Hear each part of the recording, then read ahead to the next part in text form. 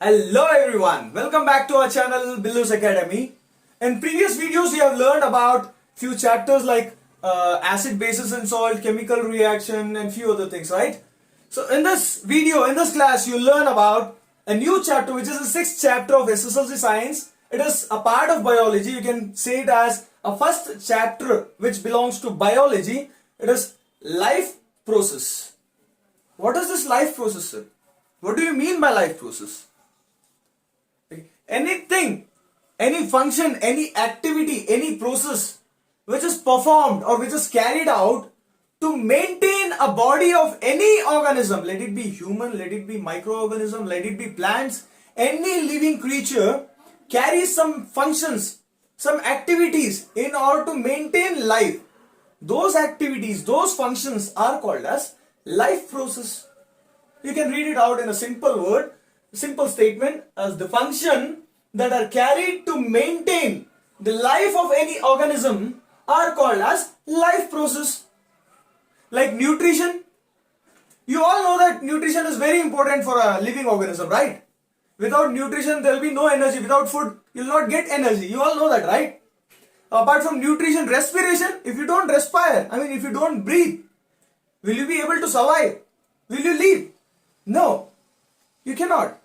The similar way, transportation, the things which, the oxygen which we intake, it needs to be transported from one part, that is from the lungs to the different part of the body. It is carried out by blood. Even that is important.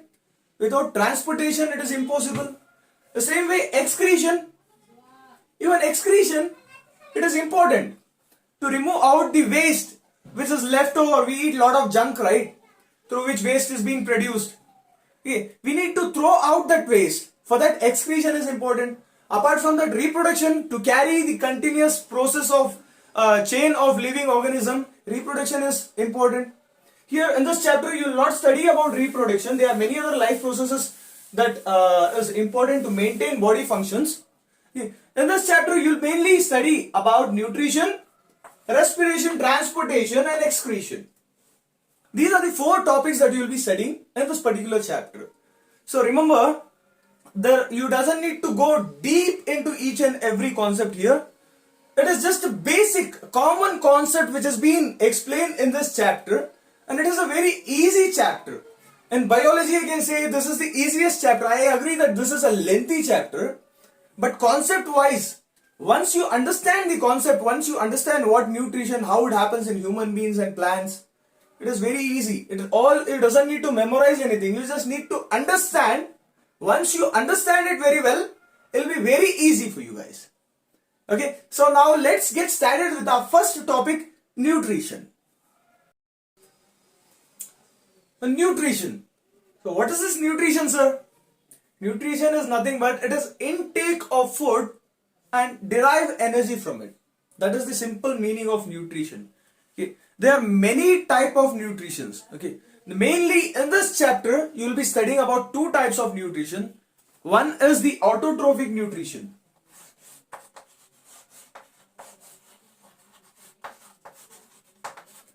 Autotrophic nutrition. And the other one is the heterotrophic nutrition.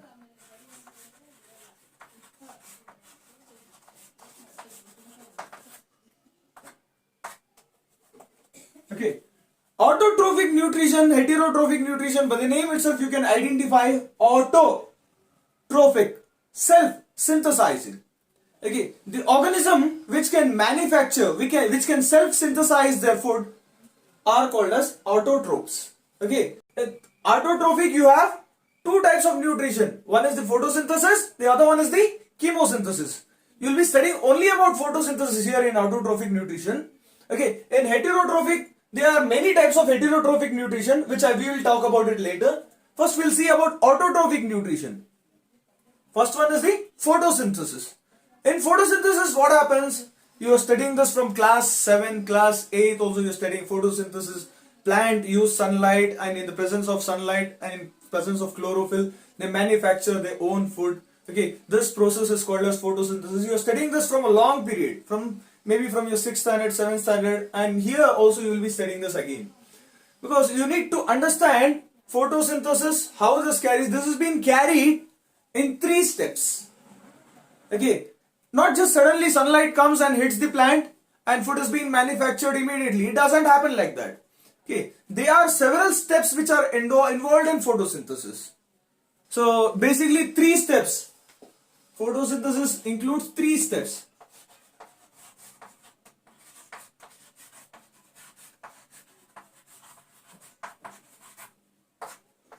Photosynthesis is carried by 1, 2 and 3 steps. Okay, we'll study heterotrophic later, right? I'll erase this. Here in photosynthesis, the first thing what happens is the plants, the leaf, okay, absorbs sunlight and it converts that sunlight into chemical energy. The light energy is being converted into chemical energy. This absorption of sunlight is done by your chlorophyll. Chlorophyll is a green pigment which absorbs sunlight and it converts your light energy into chemical energy. Okay, this chlorophyll, it is present in chloroplast. You can think that if someone asks you how does plant prepare food, you say photosynthesis. Where does photosynthesis occur? You say it in leaves. To be more specific, you can say that photosynthesis occurs in leaf, in cell of a leaf, that to a chloroplast of a cell. You can say chloroplast is a kitchen where plant synthesizes their food. And chlorophyll, which is the green pigment, you can consider that as a stove. I'm just giving you an example for you people to understand this. Okay, photosynthesis takes place in chloroplast in presence of chlorophyll. This chlorophyll will absorb sunlight and it converts that sunlight, light energy, into chemical energy.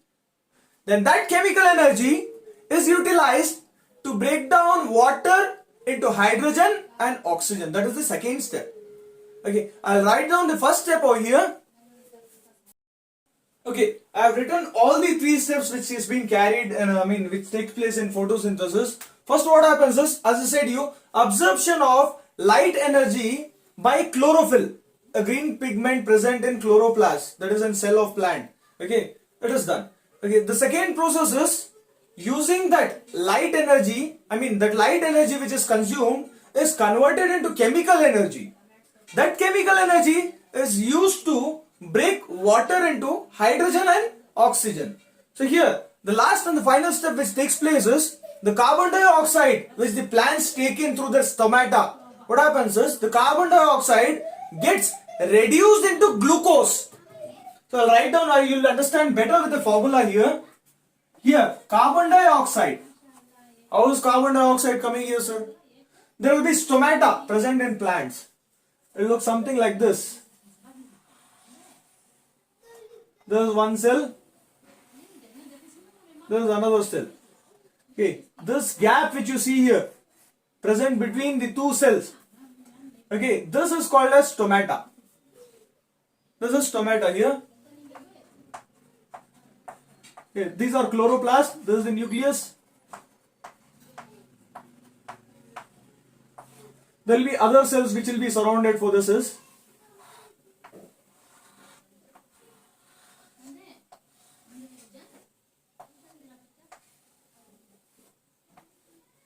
Okay, this is stomata. This stomata, the cells, the stomata is formed here. This cells which you see here, these 2 cells, there is a gap here, present here. This is stomata. What happens is this cell contracts and expands. Contracts and expands. When it expands, the stomata gets closed. And when it contracts, the stomata gets open. Okay. From here, carbon dioxide is being absorbed. Not only carbon dioxide, even oxygen is being absorbed at the time of respiration. That we'll see in the respiratory part. Okay. When you learn respiration, I'll explain you that. Okay. Here, carbon dioxide is being absorbed. Water is being brought here with the help of roots. H2O. Okay. So, it absorbs sunlight.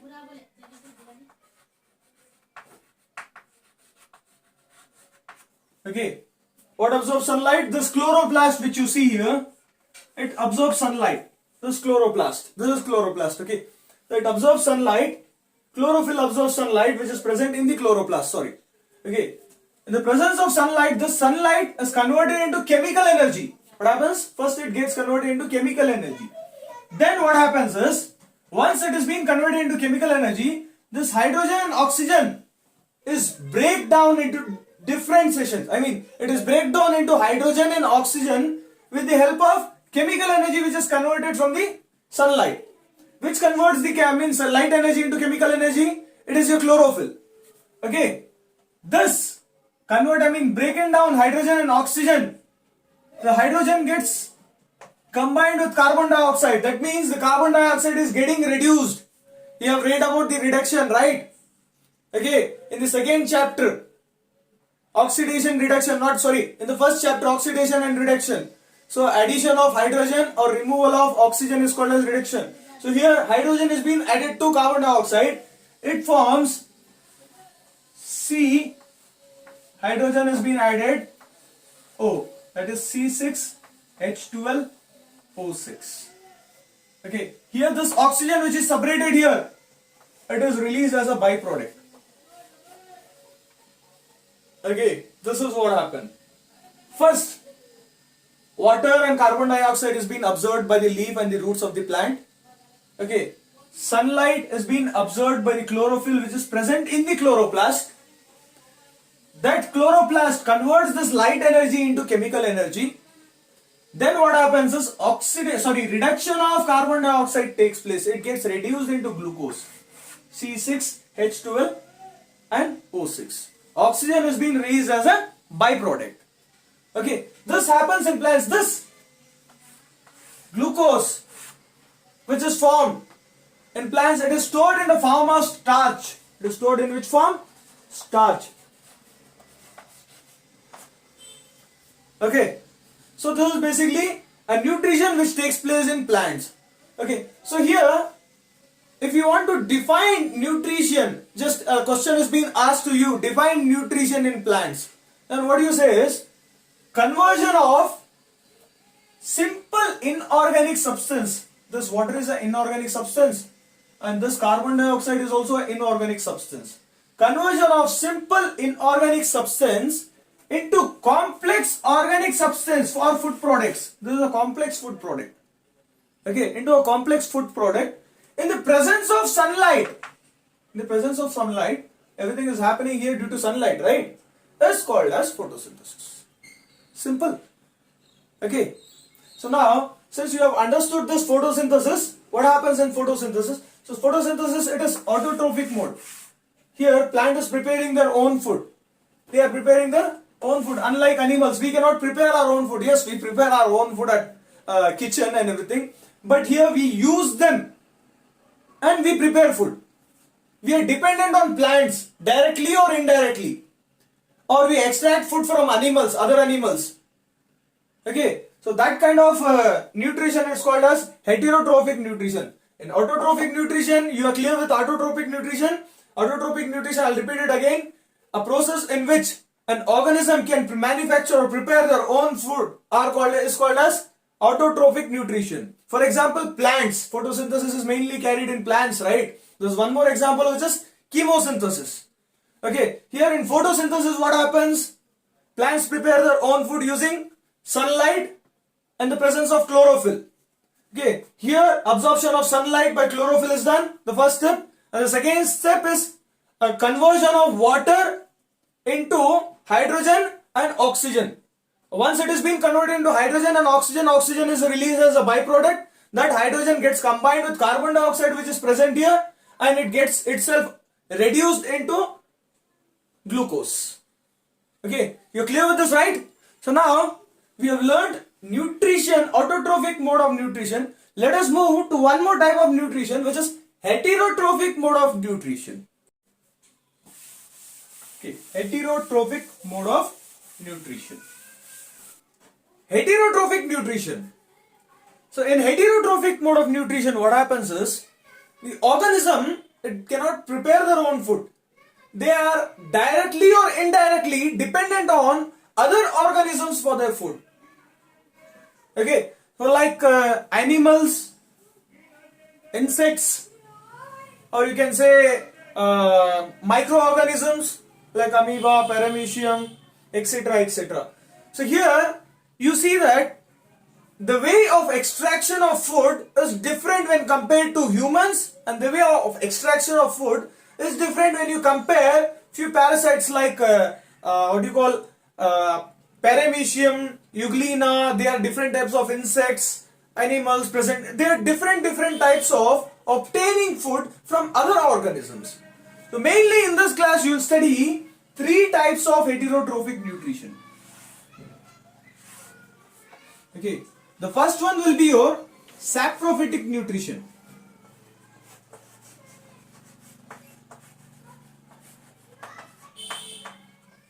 Saprophytic nutrition, and the other one will be your parasitic nutrition.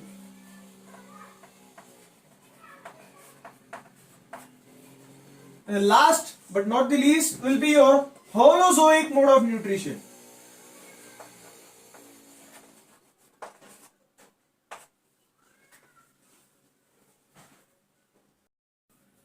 Here in saprophytic nutrition, these saprophytes depend on dead and decaying matter. Basically like fungus or yeast, what they do is they decompose dead and decaying matter. They extract energy, they extract food from the matter which is dead. It might be a plant dead decaying matter, or it might be an animal dead decaying matter. Okay, so here you're clear with the saprophytic nutrition. It is very simple. So the organisms which are depending on dead and decaying matter are called as saprophytes, and the mode of nutrition is called as saprophytic nutrition. In the same way, parasitic nutrition. Before that, I'll write down what is saprophytic nutrition. So here you can read this out. The organism which depends on dead and decaying matter are called saprophytes, and the nutrition is said to be saprophytic nutrition. For example, you have fungi, you have what you call bacteria, and there are many other examples. Okay, so now let us move to the parasitic mode of nutrition. Parasites are the organisms which depends on living organism and obtain food, obtain nutrition from it without killing the host. Host is nothing but on the organism which they are feeding, that is called as host. This is the guest. Parasites are the guest, and on which they are feeding, those are the host. They obtain energy from the host without killing the host. I mean, for example, like hookworm, they stay in your, you can find those hookworms in intestine, small intestine. Okay, apart from that, mosquito is one of the best example. Leech which when comes in your body contact, it sucks your blood, but it doesn't kill you. Those are the kind of organisms which are said to be parasites. And that mode of nutrition is called as parasitic nutrition. Okay, I'll write even that also. If you want, you can make a note of it.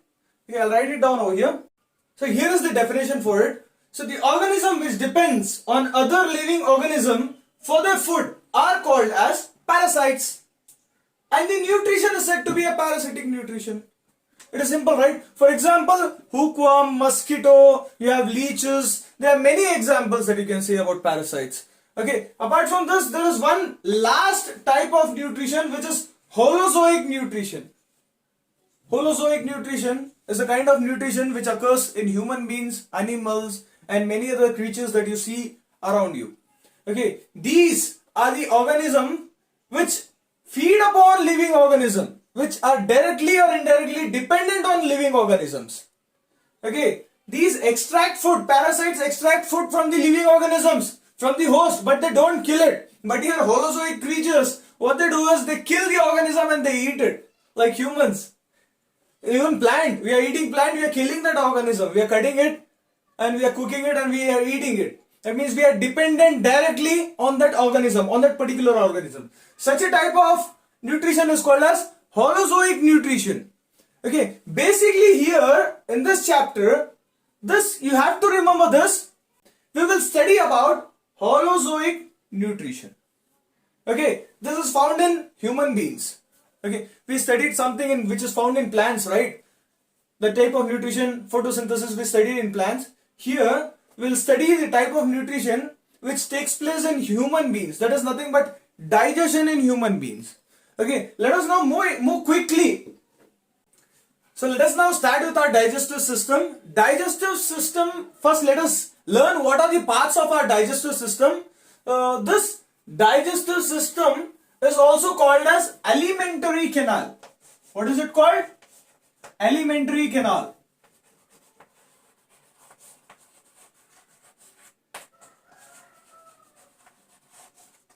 Okay, this you will have to remember this. Digestive system is also called as alimentary canal. Okay, so digestive system starts with our mouth. Many of you, if I say where does the digestion happen, many of the people will say it happens in our stomach, sir. No, your digestion starts from the mouth. I'll explain that first. Let us complete the parts over here. It is called as this food pipe which you see. This is a food pipe. It is also called as esophagus.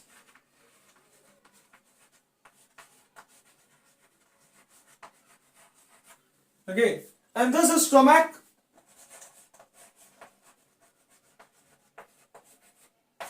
Okay, this is your pancreas, this leaf-like thing, leaf-like structure which you see. Even this is also a part of digestion because this secretes few glands which will be helpful in digestion. Okay, we'll look into it. First, let us complete this. Pancreas.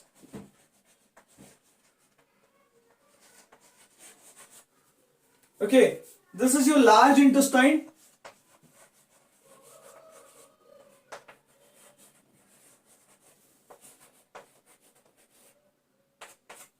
This is your small intestine.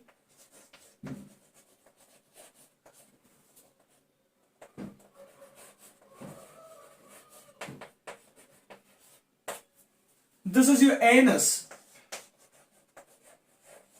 This is your last part of your digestive system. This small part which you see here is called as appendix.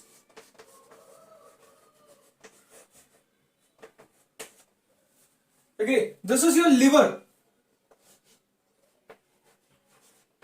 What, sir? You're saying liver, pancreas, is it associated with digestive system? Yes, it is associated with digestive system. Our digestion starts with mouth and it ends with anus. So, the processes, different processes are being carried out at different parts of our digestive system. As I said you, our digestion starts from mouth.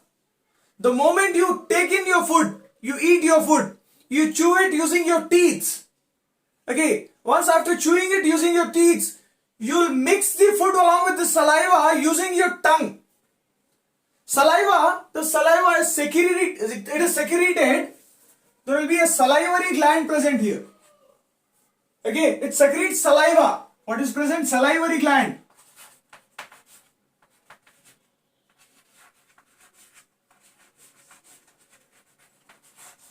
This salivary gland secretes saliva. And in this saliva, with the saliva which is mixed with your food in your mouth, it helps to digest starch into, what you call starch, it helps to digest starch into glucose or sugar. It converts your starch into sugar. So you remember photosynthesis? The food was stored in the form of starch, right? That starch we are consuming here. That is again converted back to glucose. The saliva consists of an enzyme called as salivary amylase. What is it called? Salivary amylase.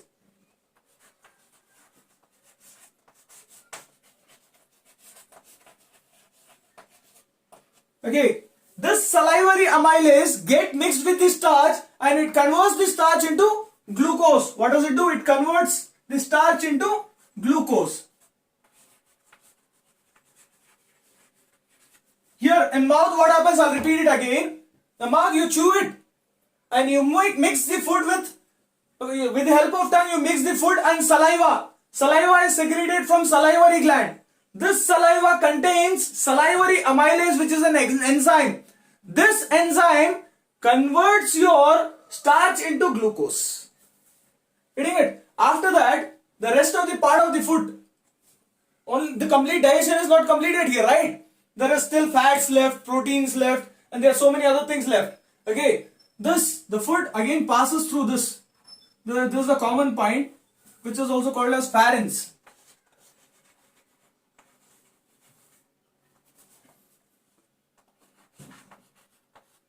It is also called as pharynx. It is a common entrance for your food pipe and your windpipe. After passing through pharynx, it will pass to your esophagus. Okay, this esophagus, what it does is, suppose this is a esophagus. Okay, it is like this, a pipe. So this contracts and it expands. What happens is, it expands here. Okay, and it contracts here. Again, it pushes down the food towards the stomach. Right? This contraction and expansion movement is also called as peristaltic movement. What is it called? Peristaltic movement. I'll write down here right below the esophagus so that it will be easy for you to remember. This peristaltic movement.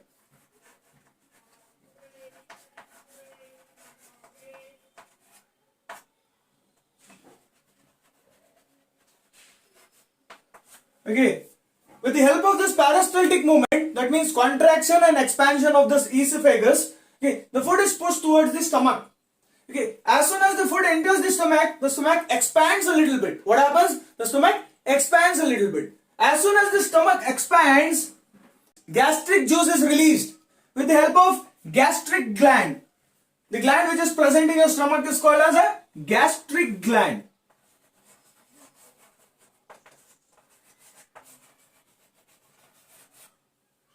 Okay, this gastric gland consists of 3 types of enzymes. How many types of enzymes? 3 types of enzymes. First will be your HCl. HCl, hydrochloric acid. Yes, that is the same hydrochloric acid which is present in your stomach, which you are thinking right now. Okay, you have learned this HCl many times in chemistry, right? It is the same HCl. It is an acid. Okay. Apart from HCl, you get pepsine. Pepsine, this is also a kind of enzyme. I'll tell you what the functions are. Okay, apart from pepsine, there is something called as mucus. These are the 3 enzymes which are present in your gastric gland. Okay, gastric juice, I'm sorry. Gastric gland releases gastric juice. What it releases? It releases gastric juice.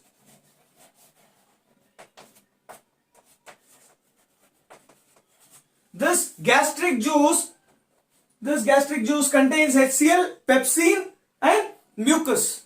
So first, let us see what this HCl does. It makes your food acidic as soon as the food enters your stomach from your esophagus through peristaltic movement. It makes your food acidic. Okay, once the food is being converted into acidic, okay, this pepsine, what does that? What it does is, I'll write first HCl. I'll write it. It makes food acidic. Okay. Not only this HCl, what it does is, it also kills unwanted bacteria which are present in your stomach. Kills bacteria.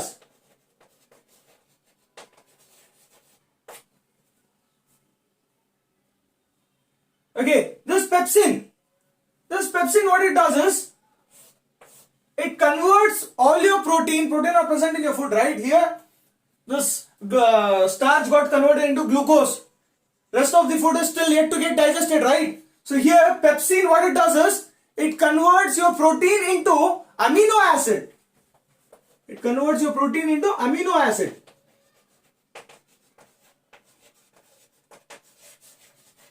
Okay, so here, glucose, what is getting converted here? Starch. Starch is converted into glucose. Okay, HCl, it makes the food acidic and also kills bacteria. Pepsine, it converts proteins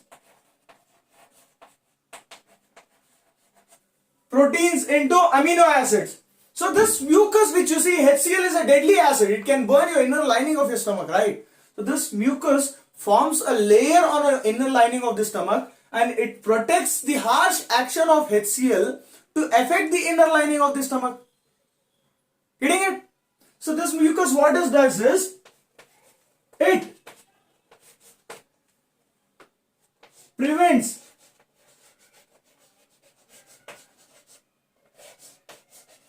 the action of HCl on stomach. Okay, it basically protects your inner lining of the stomach. This is what happens in your stomach.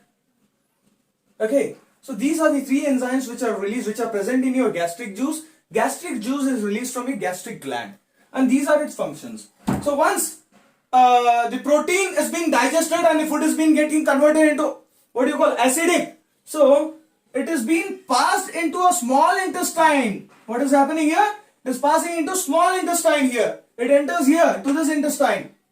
Okay, along with this, along with the food, the pancreas secretes two kind of enzymes and liver secretes two kind of enzymes. These two enzymes from the pancreas enters the intestine, and two enzymes from the liver enters this intestine along with the food. Okay, I'll write it here. I'll rub this and I'll write it here. Pancreas.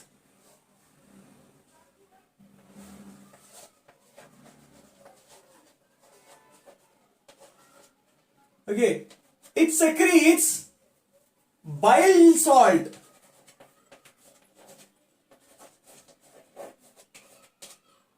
Okay, along with the bile salt, bile juice is secreted. What is secreted? Bile juice.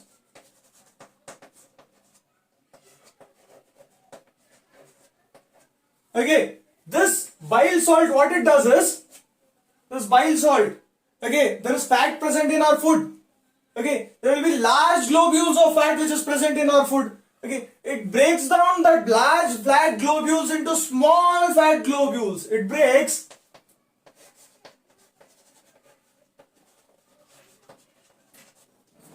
large fat globules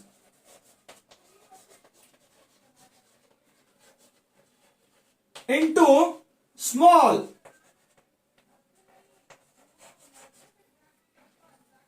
fat globules.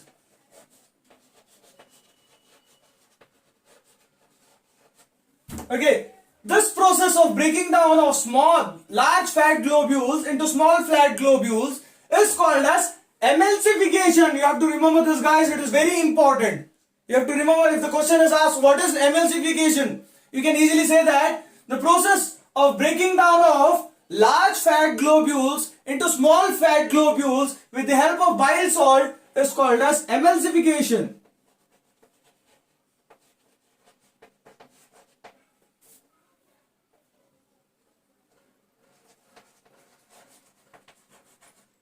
It is called as emulsification. So the job of the bile salt is done. Now bile juice come under action. So what this bile juice done is, I'll write bile juice here.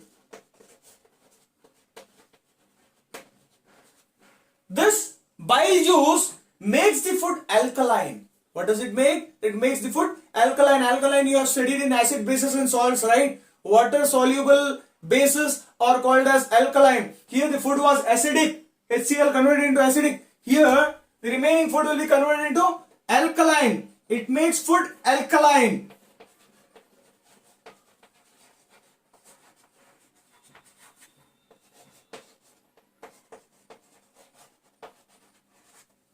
Okay, so after this, the job of bile juice and the job of bile salt is done. So two more enzymes are released from the liver here.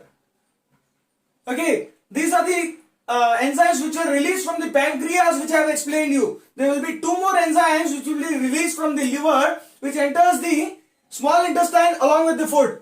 That two enzymes are, okay, liver.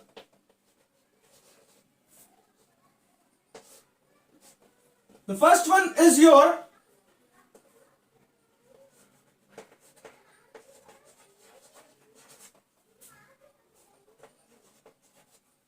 lipase. What is your first one? It is your lipase. What this lipase does is, you have this small fat globules here. It has been emulsified. This emulsified fat is converted into fatty acids and glycerols. This lipase converts, I'll write it here.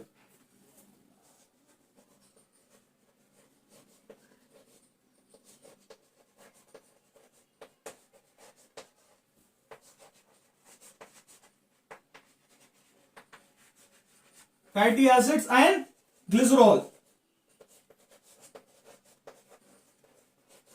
Okay, it is done by lipase. This is one of the enzyme. There is one more enzyme which is released, which is called as trypsin. Okay, this trypsin is similar to this pepsin here, right? Which is released in your stomach. So this trypsin does the same job as pepsin. It converts the leftover protein into amino acids. Converts protein into amino acids.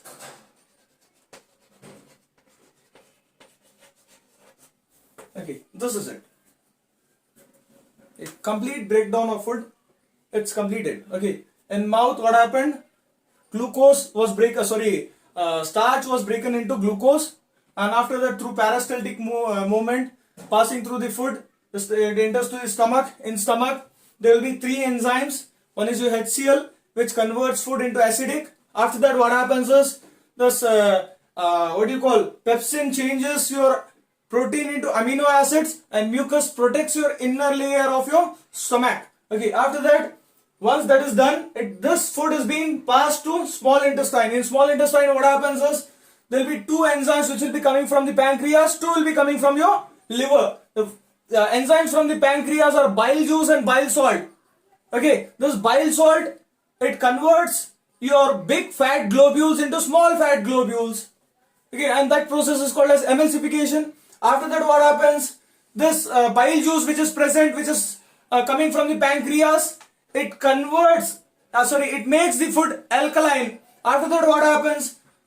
Lipase. Lipase, what happens is the emulsified fat globules, which is the small fat globules, are converted into fatty acids and glycerol. After that, what happens? This trypsin, which is again coming from the liver, which is the second enzyme coming from the liver, it converts all your proteins, leftover proteins, into amino acid. It has the same function as pepsin here, which is present in the stomach. Okay. After that, what happens? Complete food is being broken down. So here you see the small intestine, right? Breaking down of food is completed. Now absorption of food is left. All the food here will be absorbed in your small intestine. The absorption of food takes place in your small intestine. What happens is, if you consider this as a part of the small intestine, this part of small intestine I am drawing here, there will be a small finger-like projections like this, present at the walls of the intestine. Okay, like this.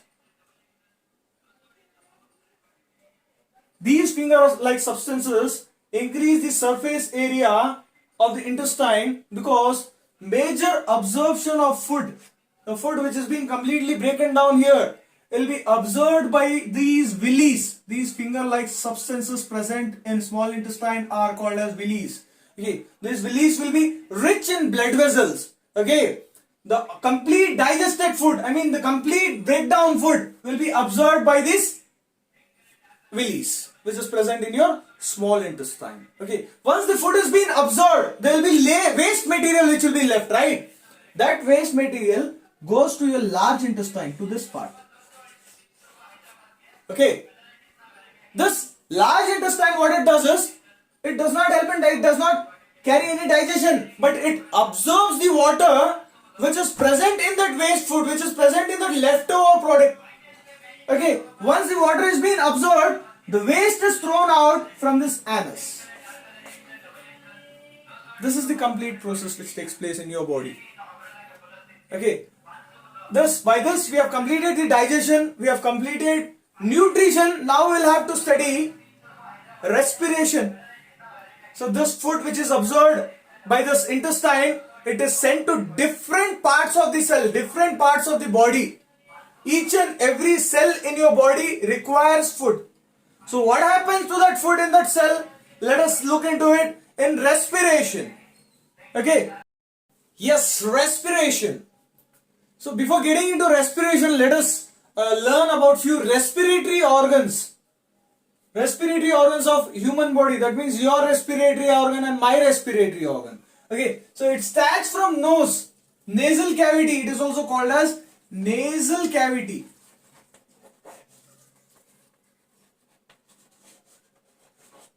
Okay, so here after nasal cavity, you have already studied this. This is a common point for both your foot and your wind. It is called as pharynx. Okay, below pharynx comes your larynx.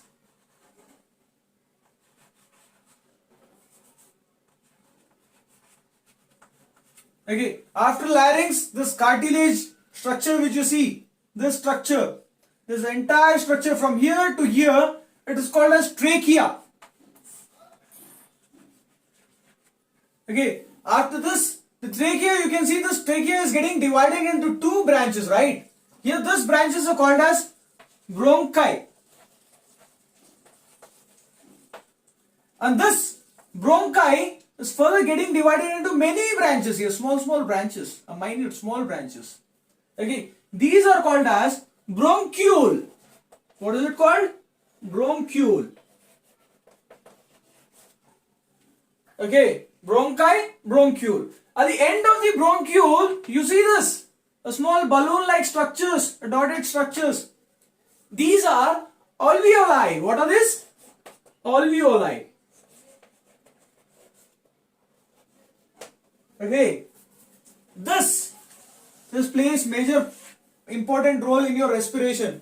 It pushes your lungs to contract and goes down to relax. Okay, through which air comes in and air is being pushed out. This is diaphragm. What is this? This is diaphragm.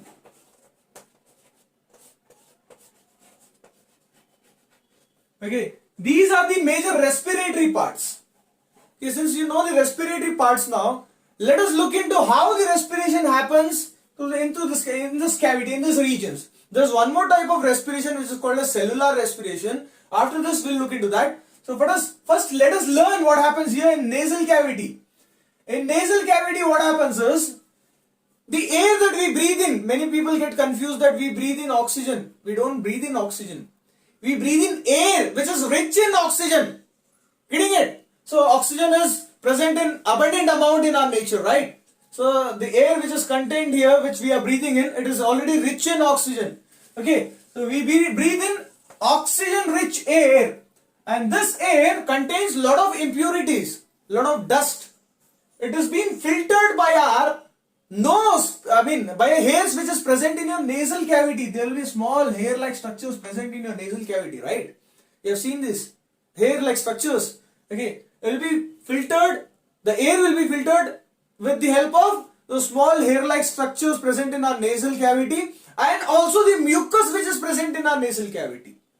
Okay, mucus and hairs helps in filtration of air. This filtered air passes through the pharynx, which is the common point for both foot pipe and windpipe. After pharynx, it reaches the larynx. Larynx is also your voice box. This is also your voice box. I'll write it here. Okay, this is also your voice box. After reaching to larynx, it passes to trachea, then to bronchi, then to bronchiole, and after bronchiole, at the end, it reaches the alveoli. Okay, the filtered air passes to pharynx, larynx, trachea, it reaches bronchi, then to bronchiole, then it reaches alveoli. Here the actual respiration, the actual exchange of gases takes place. Okay, these alveoli which you see, these balloon-like structures look like somewhat like this. Okay, this will be rich in blood vessels. This blood vessels actually takes out oxygen from the alveoli and gives away the carbon dioxide to the alveoli. This alveoli, it is not actually like this, it is a rough surface. It is something like this. This rough surface, the textured surface which you see, it increases the surface area of the alveoli so that there will be more absorption of carbon dioxide and more oxygen can be given to the blood vessels present over here. Getting it? So this blood vessels, what do they do is, they absorb oxygen. This blood vessels contains of blood. Blood absorbs the oxygen. Not the complete whole blood is made up of plasma. WBC, white blood cells, RBC, and platelets.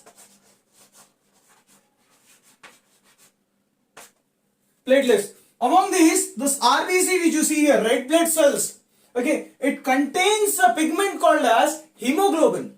That hemoglobin, which is present here in this blood vessels, absorbs the oxygen and it gives away the carbon dioxide. Carbon dioxide is not present in this RBC. Carbon dioxide is soluble in water. It gets dissolved in water or any liquid.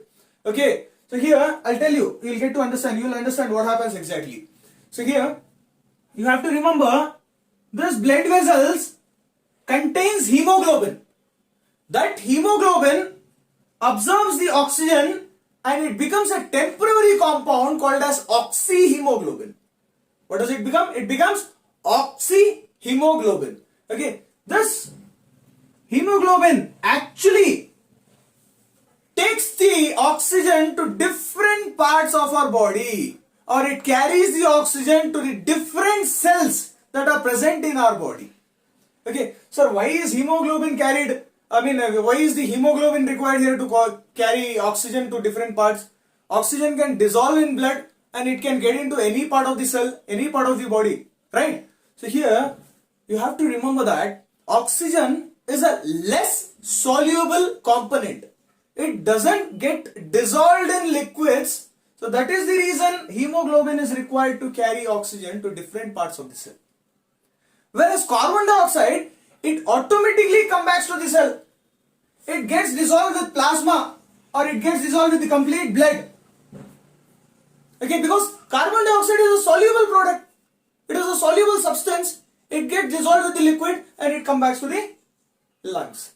So here, since the oxygen is not soluble, not that much soluble, it is very less soluble, you need hemoglobin here to transport oxygen from the lungs to the different cells of our body. See, suppose if there is no hemoglobin, what will happen?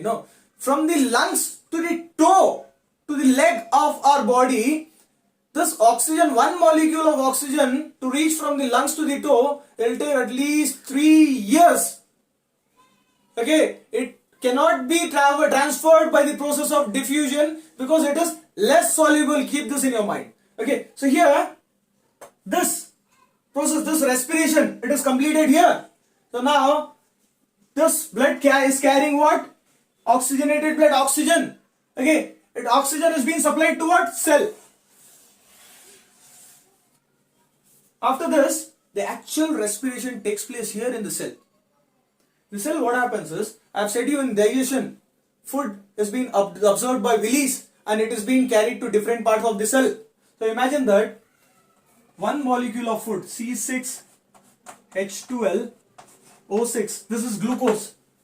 Okay, glucose, it have entered the cell here, the cytoplasm of the cell. This is a cell, this is cytoplasm, right? You know about this, right? Okay, it enters the cytoplasm and it breaks itself into two parts.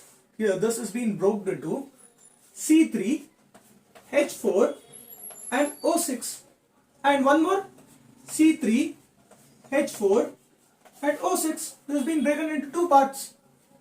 This one single part, this happens as soon as it enters cytoplasm. Okay, I'll write this here. C3, H4, O6 is formed. Where is it formed? It is formed in cytoplasm of the cell. Okay, this is the food which is being absorbed and barred by blood vessels from the villi. Okay, here, this particular broken down food, this one single part is called as pyruvate. Okay, so this is pyruvate. Pyruvate is formed where? In cytoplasm. Okay, once this pyruvate is formed, this pyruvate, you can see this in the cell. This is mitochondria. Actually, this will be much smaller. I'm drawing this bigger because you need to understand this. Okay, here, this pyruvate enters the mitochondria. Where does it enter? It enters mitochondria. Okay, I'll draw mitochondria here.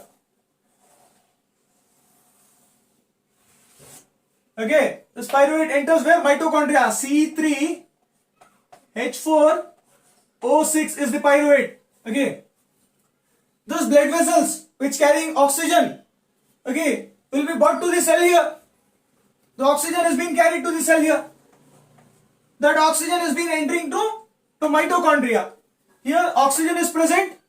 The pyruvate enters the mitochondria. It mixes with the oxygen. It mixes with what? Oxygen. Once it gets combined with oxygen, what happens is this entire thing breaks down to carbon dioxide plus water, H2O. Okay, carbon dioxide is formed and water is formed. Where is it formed? Mitochondria. Along with this, energy is released. Plus energy. Energy. See here, energy is getting formed, right? Energy is also formed in mitochondria and also stored in mitochondria. And for that purpose, mitochondria is called the powerhouse of the cell. Clear with this concept? Here, this energy which you see, right, which is stored in mitochondria, it will be stored in the form of ATP, adenosine triphosphate. How is this adenosine triphosphate formed, sir? What is the meaning of this energy stored in the form of ATP? I'll tell you. I'll be more specific with this. So, there will be a chemical which will be present in mitochondria. There is a chemical which is present in mitochondria, which is adenosine.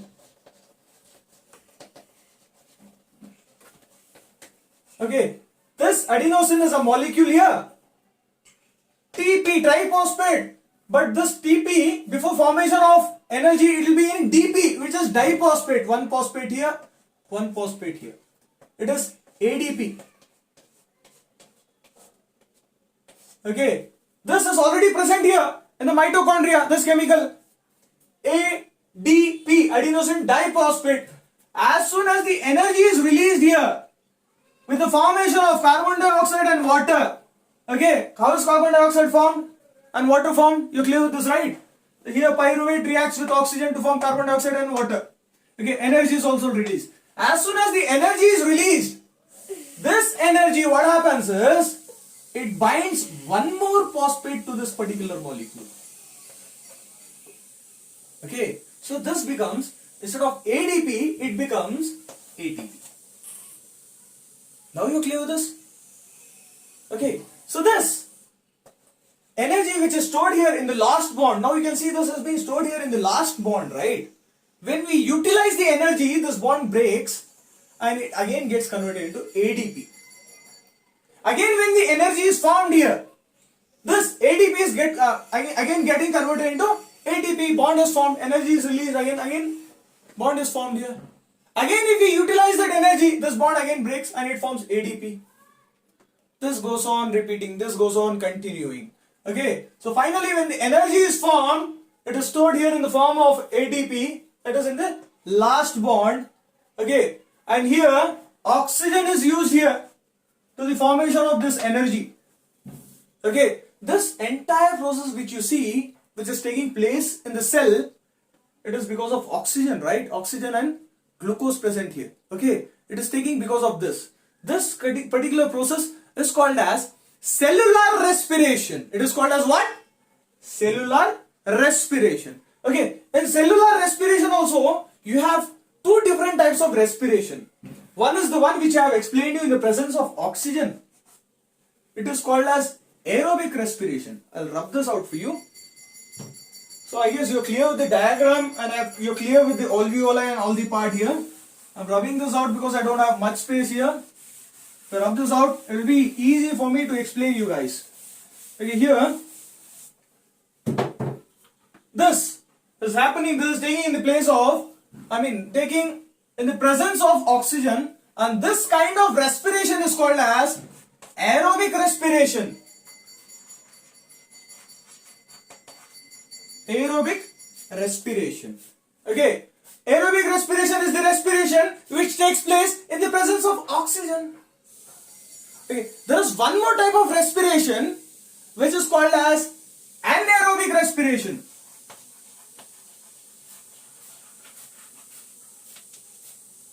Anaerobic respiration. Anaerobic respiration is the respiration which takes place in the absence of oxygen, air. Aerobic, presence of oxygen, oxygen, air. Anaerobic, absence of air, absence of oxygen. Easy to remember, right? Anaerobic, absence of oxygen. Absence of oxygen, it happens in few microorganisms like yeast. Here what happens is, if you consider this a cell of yeast, for example, if this is a cell of yeast, okay, food enters here. What is food? C6H12O6. This is food. It enters cytoplasm. What happens? It becomes pyruvate. It becomes C3H4O6. It becomes pyruvate. After becoming pyruvate, here there is no oxygen. No oxygen here.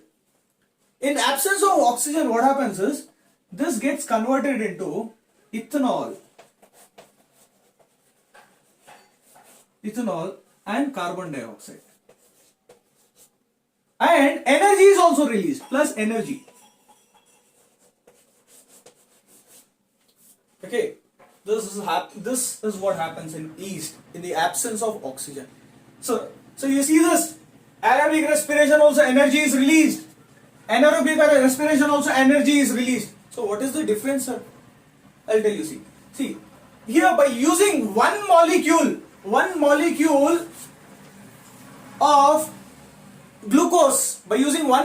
of glucose, okay,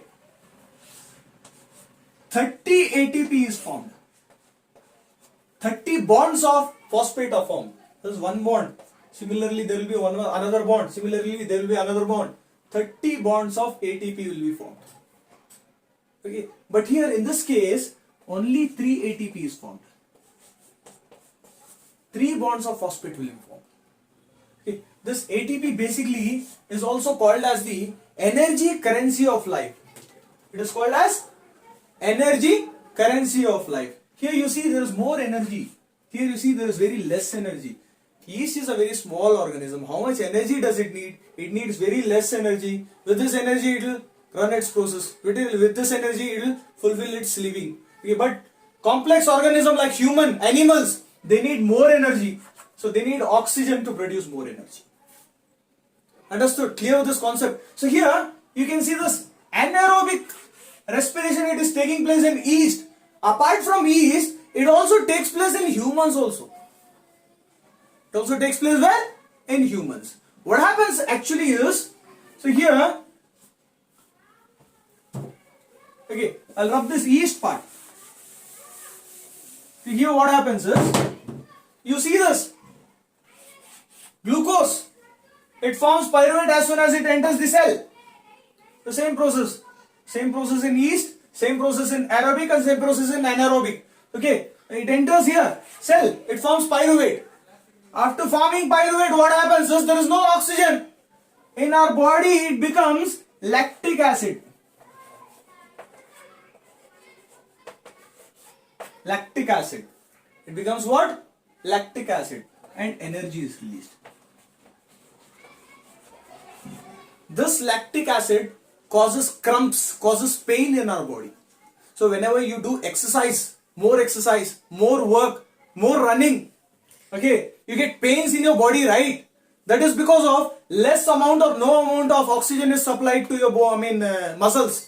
When there is no amount of oxygen supplied, you need to have energy, you need energy, you still need energy when there is no oxygen also. So what happens is, there is a formation, there is a process, there is a reaction which takes place in which lactic acid is formed, due to which we get pain and energy is released. Okay, this is what it is given in your syllabus. Apart from this, there is one more thing which you can remember for your knowledge. This is a reversible process. What happens is, after some time, this lactic acid again gets converted back into pyruvate. Whenever you receive oxygen, okay, this process takes place. In the presence of oxygen, carbon dioxide, water is formed and energy is released. It is stored in the form of ATP here. That means lactic acid is again converted back into pyruvate. That you don't need to remember. If you want to remember, it's okay. Okay. So this is about the respiration, the cellular respiration in the absence of oxygen in human beings. Okay. In presence of oxygen, this is one. This ATP, it is called as energy currency of life. So you need to remember, guys, you need to remember the difference between aerobic and anaerobic respiration. Questions might be asked, like write the difference between aerobic respiration and anaerobic respiration. So what happens when this food enters the cytoplasm in the absence of what you call oxygen, what happens? Lactic acid is formed. Questions might be asked. So here you need to remember this at any cost. Okay, this is about respiration. Complete thing about respiration, not complete thing. We have completed only respiration in animals. Now let us move to the next topic, which is respiration in plants. Okay. So respiration in plants. It's quite easy. It's not as complicated as the previous respiration in human, which I have explained it to you. So here in plants, let me explain you with the help of a diagram here. So suppose imagine this is a tree or a plant. Okay, these are the roots of it. What do you think? Plant only take carbon dioxide and it only releases oxygen? No, it also need energy. Plant, like animals, it needs energy. It needs less energy maybe compared to animals, but it still need energy, right? Okay, but here in plants what happens is, during the daytime, whenever the sunlight is present, okay, with the help of sunlight, they absorb carbon dioxide to manufacture food, to prepare food. Okay, this food is being sent to different parts of the body. Suppose this has been sent to root, it has been sent to stem, it has been sent to branches. Okay, this food, they need to break it down. I mean, they need oxygen to split this food in order to obtain energy from it, in order to obtain ATP.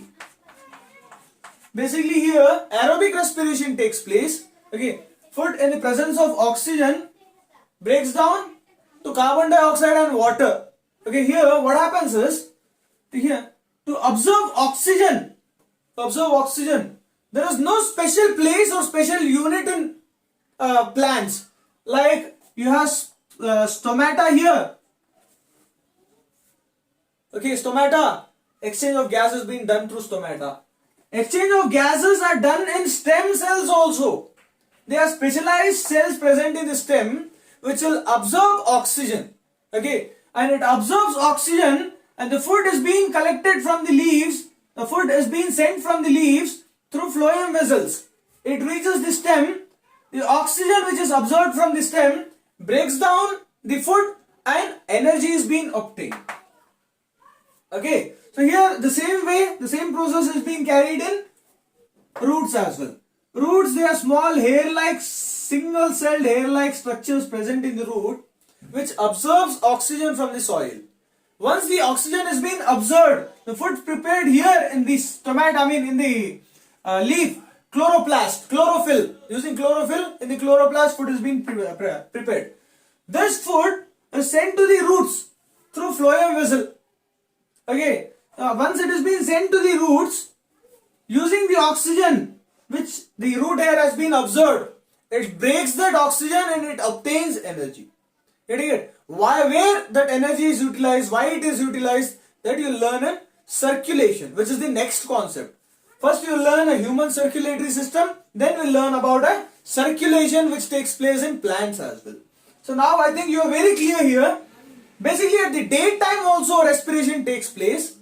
Respiration is more at the night time, during the nights, because there will be no sunlight present. So plant will be releasing more amount of carbon dioxide. It will take more amount of oxygen. At the daytime, it needs to manufacture food. It needs to prepare food. What happens here is, more amount of carbon dioxide is taken and more amount of oxygen is released into the atmosphere. Okay, so this is basically what happens.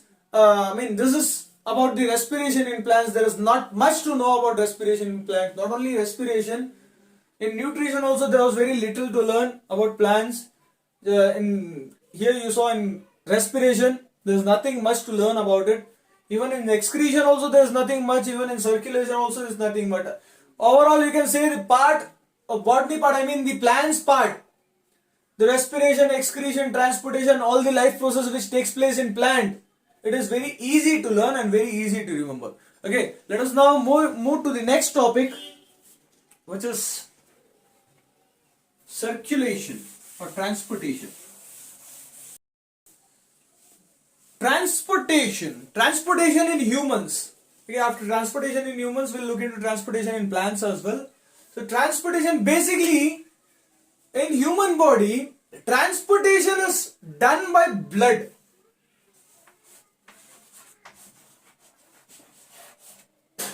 Okay. Blood is the fluid, or blood is the liquid, or blood is the substance which transports oxygen, let it be, it transports food, it transports many other materials, it transports hormones, it transports many substances from one part of the body to the other part of the body. Just like which we saw it in willies, right? Blood vessels which are present in willies, they absorb the food from the willies and they transport it to all other part of the body. Just like how they transported oxygen, we saw it in case of lungs, right? How they transport oxygen to all other part of the body. Okay. This is done by blood. Basically now you have got an idea that blood is the transporter in our body. How does it transport, sir? Is there any mechanism involved? Or is there any procedure which is involved through which it transfers? Yes, this transport of blood is regulated by heart.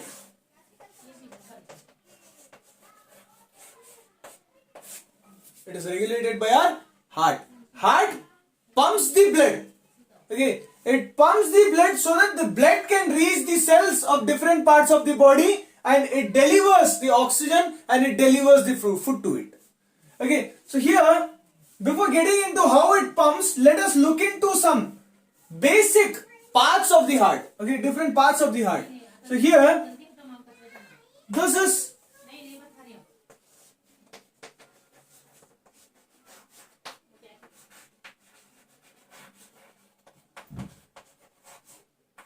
okay, this is the right ventricle and this is the right atrium.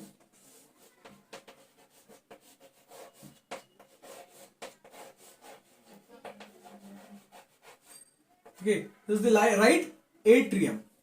Okay, this in the similar way you have two ventricles and two atriums. Atrium we can say it as auricle as well. Okay, here if this is the right ventricle, this is your left ventricle.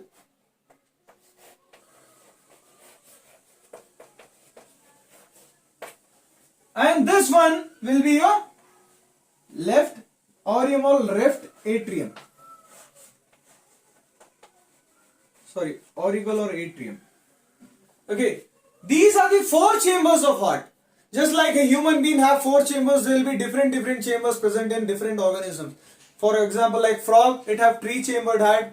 If you consider fish, it have two-chambered heart. That heart in fish, in case of fishes, the heart is closely attached to the gills through which fishes collect oxygen, right? So it is completely attached to the gills. But here in case of humans, heart is separate and the heart is connected through arteries and veins to different parts of the body and also to the lungs. Okay, so this particular part of heart you see here, it is septum.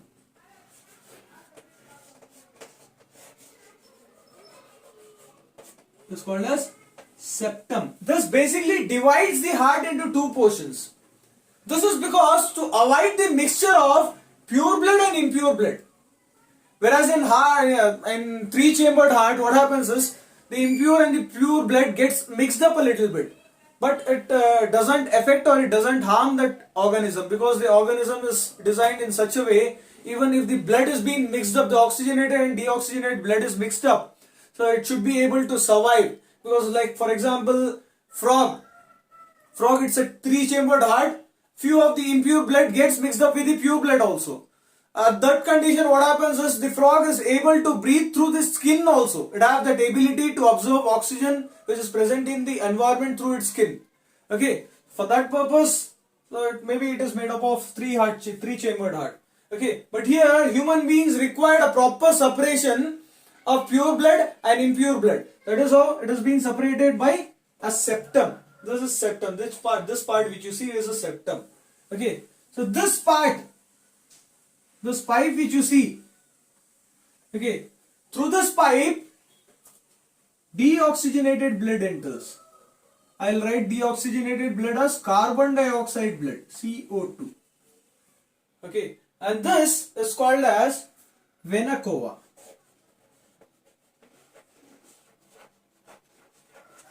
Okay, since this is being connected to the lower part of the body, it is called as, so you see this one, this is also vena cava. From here also deoxygenated blood enters.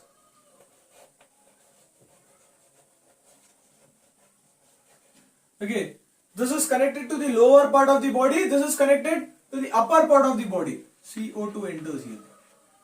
CO2 enters here. Okay, since this is connected to lower part of the body, it is called as inferior vena cava.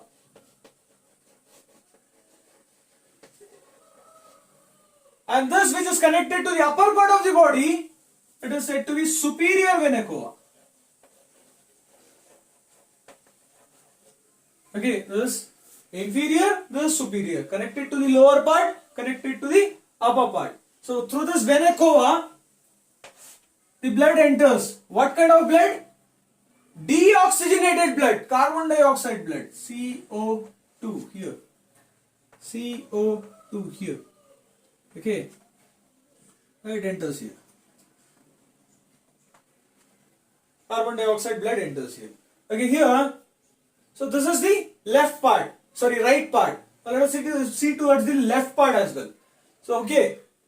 So here there is one more thing which I have missed out. Even this which you see here, this pipe, it is connected to the right part itself. See this pipe. This pipe which is going here.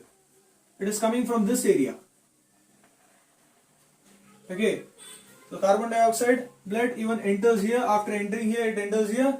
Then it goes here. Okay, here. CO2. Okay. This is connected to lungs. This one is connected to lungs. Okay, as of now I'll draw like this. Okay, this one is connected to lungs.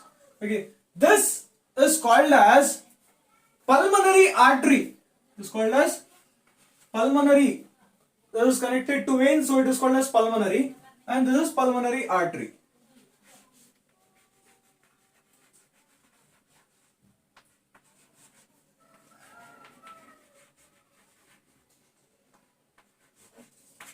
Okay, so this is carrying carbon dioxide blood, CO2 blood to the lungs. Okay, it is carrying carbon dioxide blood, CO2. It is carrying carbon dioxide, CO2. Okay, this is being purified. That means carbon dioxide is being absorbed by the alveoli, and this comes back here. I'll rub this here. Okay, it comes back to the heart again. Okay. This gets connected to here, this one. So here in lungs, the blood is being purified. The blood which is coming here is oxygenated blood. The oxygenated blood is entering the heart now. Oxygenated blood. Oxygenated blood. Oxygenated blood enters here. Okay. This particular thing which you see here, this pipe, okay, through which oxygenated blood is received, this is called as pulmonary vein.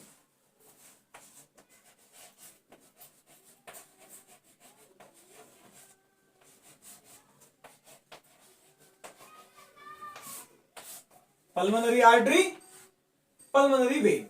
Okay, once the oxygen is being collected here, it pumps to here, to the left ventricle. From here, it enters this pipe. This pipe which you see, it is coming behind this pipe here. This pipe.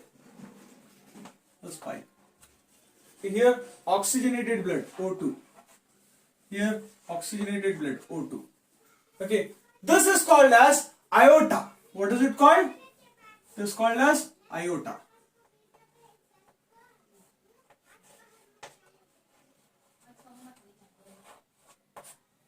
Okay, it is called as aorta. Through this aorta, it is supplied to the whole body. Along with the explaining of the diagram, I have explained you the complete process, how the blood flows. Okay, I'll explain this once again. So here, you see this, right? I see this. I'll rub this arrows, so it will be easy for you to understand once again. Okay.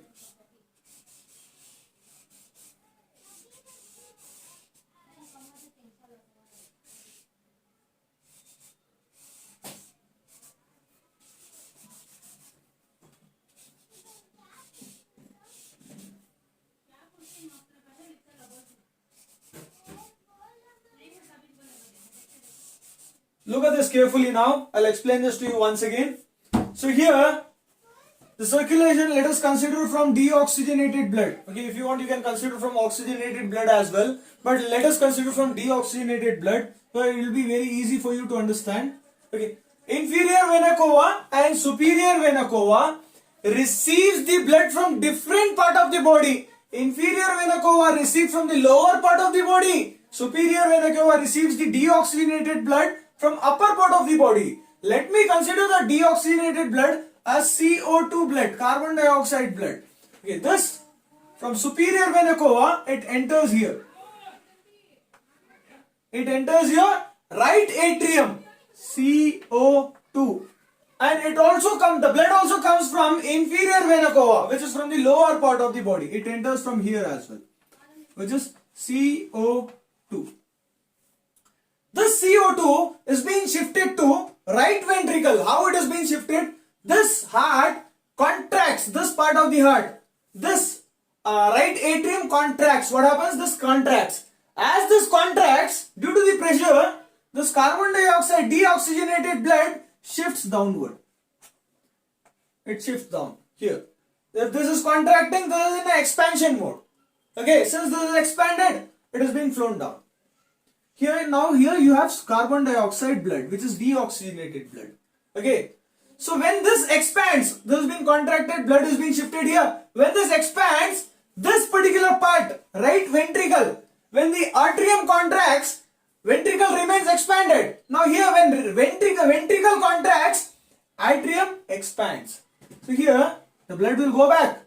No. You see these two walls, right? This is one wall, this is one wall. Okay. This wall will be arranged like a flap like this. Okay. So that blood can enter through it and it cannot come back. Okay. So here the blood enters here when this ventricle contracts. Okay. It will not go here. Instead, it will travel here to this pipe. You can see this pipe. Here it is traveling here.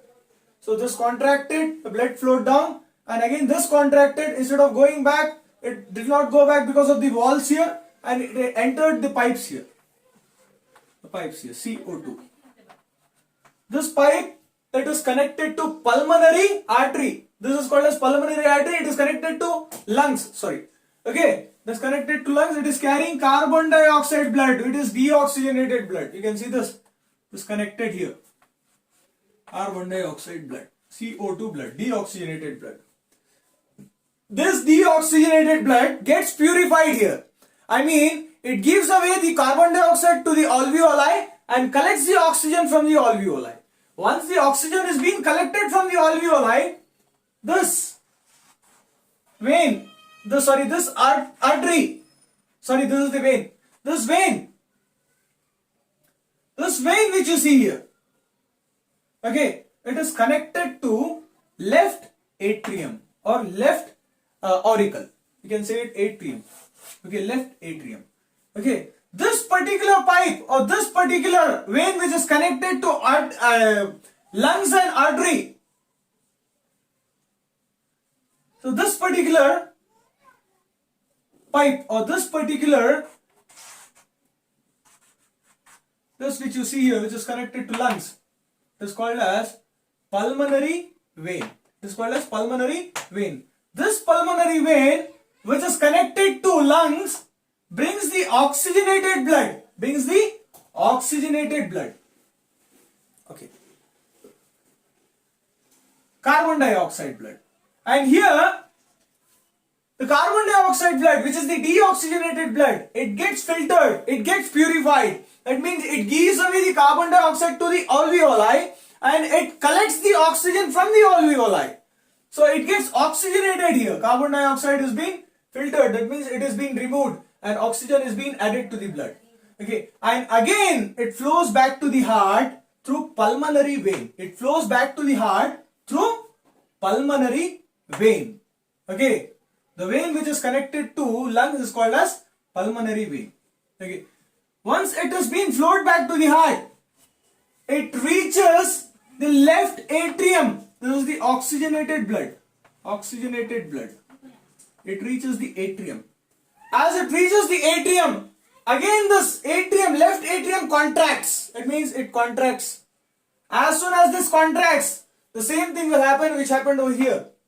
This oxygenated blood will enter here. Again ventricle will contract. As soon as the ventricle contracts, this walls will not allow the reverse flow of blood. Okay, it will go to this wall. I mean it will go to this pipe. Okay, this is oxygenated blood, O2.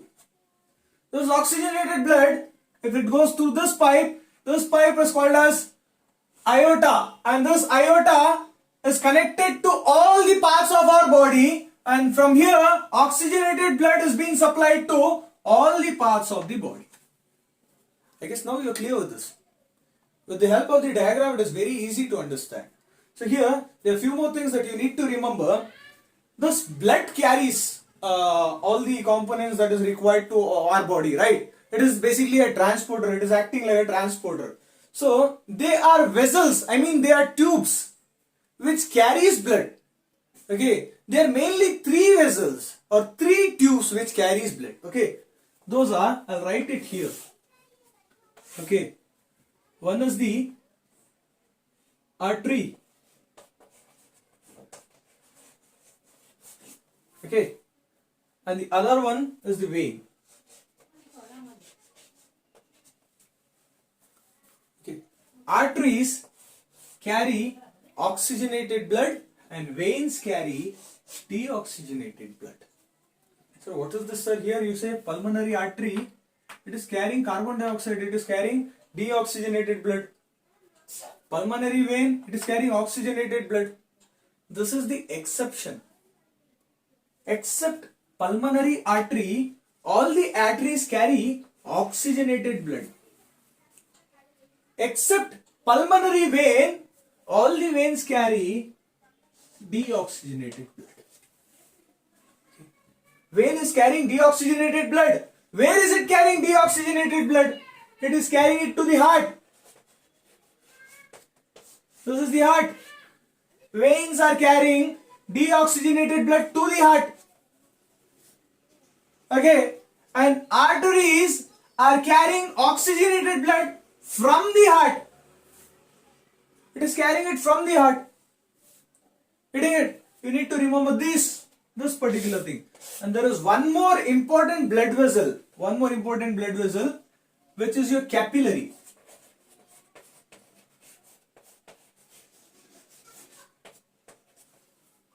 Okay, you cannot see this here. Capillary. I'll erase this part. I'll explain you here what are capillaries. Okay. Here now you have understood about artery. Now you have understood about vein. You have to remember this. Arteries carry oxygenated blood from the heart. It takes away blood from the heart. Okay. Except one artery, which is pulmonary artery, which is connected to the lungs. Okay. Veins carry carbon dioxide, I mean deoxygenated blood from the body to the heart. Okay, to the heart. So, except one vein, which is pulmonary vein. Thus, again, pulmonary vein is connected to lungs. I guess now you're clear with this. So, these are the two important blood vessels. There is one more very important blood vessel, which is called as capillary.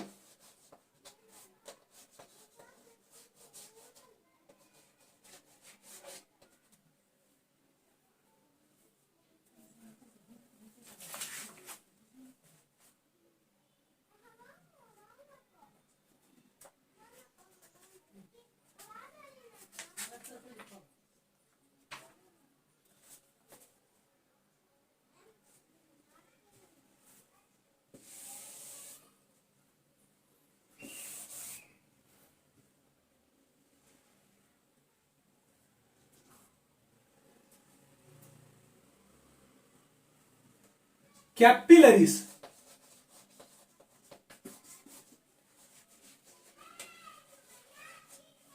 Capillaries. Okay.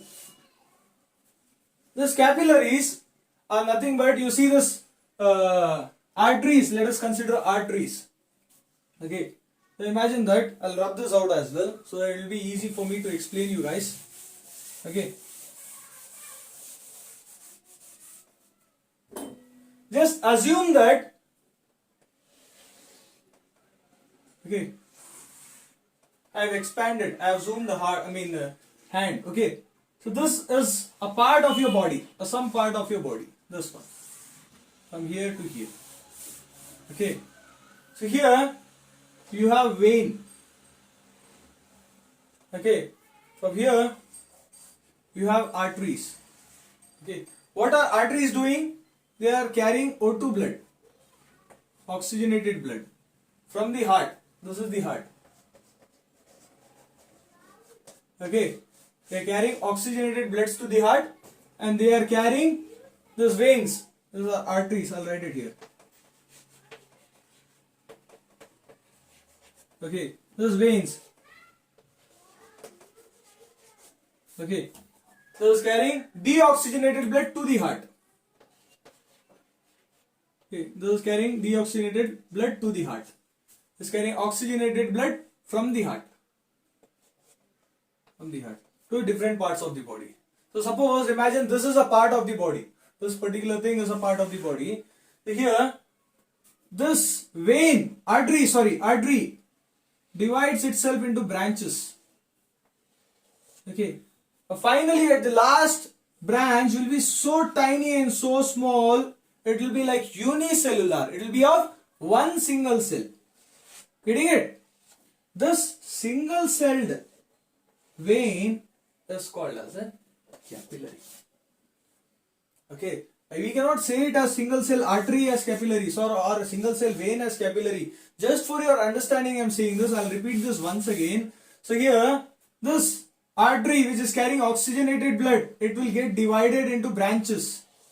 Okay, it becomes into a very fine unicellular branch, very thin branch. Okay, it will be of one single cell. That single celled blood vessel is called as capillary. Single celled blood vessel is called as capillary. And you know, this single celled blood vessel, it will be porous. It will be having small pores in it. Through this pores, it gives oxygen and collects back carbon dioxide. It gives oxygen and collects back carbon dioxide. So this has given oxygen now. O2 is given to the cell. O2 is given. O2 is given. Okay, and it has collected carbon dioxide. It has collected carbon dioxide. What is giving oxygen? What is collecting oxygen? Carbon dioxide is capillaries, which are derived out from the arteries. Okay, so and again these, once after collecting carbon dioxide, these reunite. What happens? These reunite. Okay, these reunite and get attached to the veins. Now here in veins, deoxygenated blood is carried, right? This capillary have carried deoxygenated blood and it is attached to form a vein. This vein passes the carbon dioxide blood to the heart. Again, heart pumps back to the lungs. Lungs, filters it. Collects back the carbon dioxide and gives the oxygen. Again, it pumps back to, supplies back to the heart. Again, that heart has been supplying oxygenated blood through its arteries. From arteries, the fine capillaries are being derived, through which the capillary is porous, through which oxygen is being supplied to the cells, and from the cells carboun dioxide is being extracted and it is given back to the, it is being reunited back to form veins. Those veins again carry this carbon dioxide blood to the heart. This is what happens. Okay, in your textbook it is given something like this. I'll tell you how it is given. It is given something like this. So it is given as, this is your heart. Okay, something like this. Okay, it has been divided like this. So here, these are your lungs.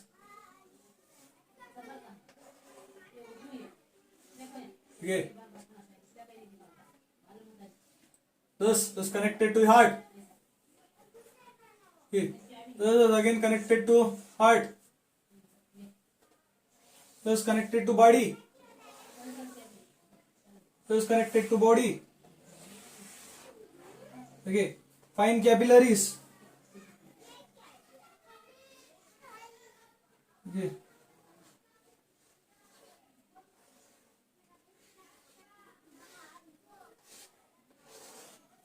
something like this. Okay, these are capillaries. So these are, okay, this is carrying oxygenated blood to the body. Okay, this is carrying deoxygenated blood from the body. Okay, this is carrying deoxygenated blood to the lungs. From lungs it is getting purified and oxygenated blood is carried over here to the heart. From heart again, this keeps on cycling, this keeps on cycling. This is how it is given in your textbook. Okay, I guess now you're clear with this. Okay, along with this blood, you see I said you about capillaries, right? Capillaries will be thin hair-like structures, it will be porous, it will be having pores in it through which exchange of gases, exchange of carbon dioxide and oxygen takes place. Okay, so this capillary, since it is porous, okay, few blood vessels or few plasma will escape from this pores. What will escape? Plasma. Plasma is a blood component, right? I have written this. At the time of respiration, I have written blood components. Blood consists of WBC, RBC, platelets,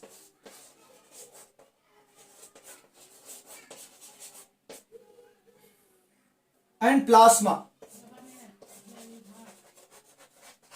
Okay, 90% will be plasma.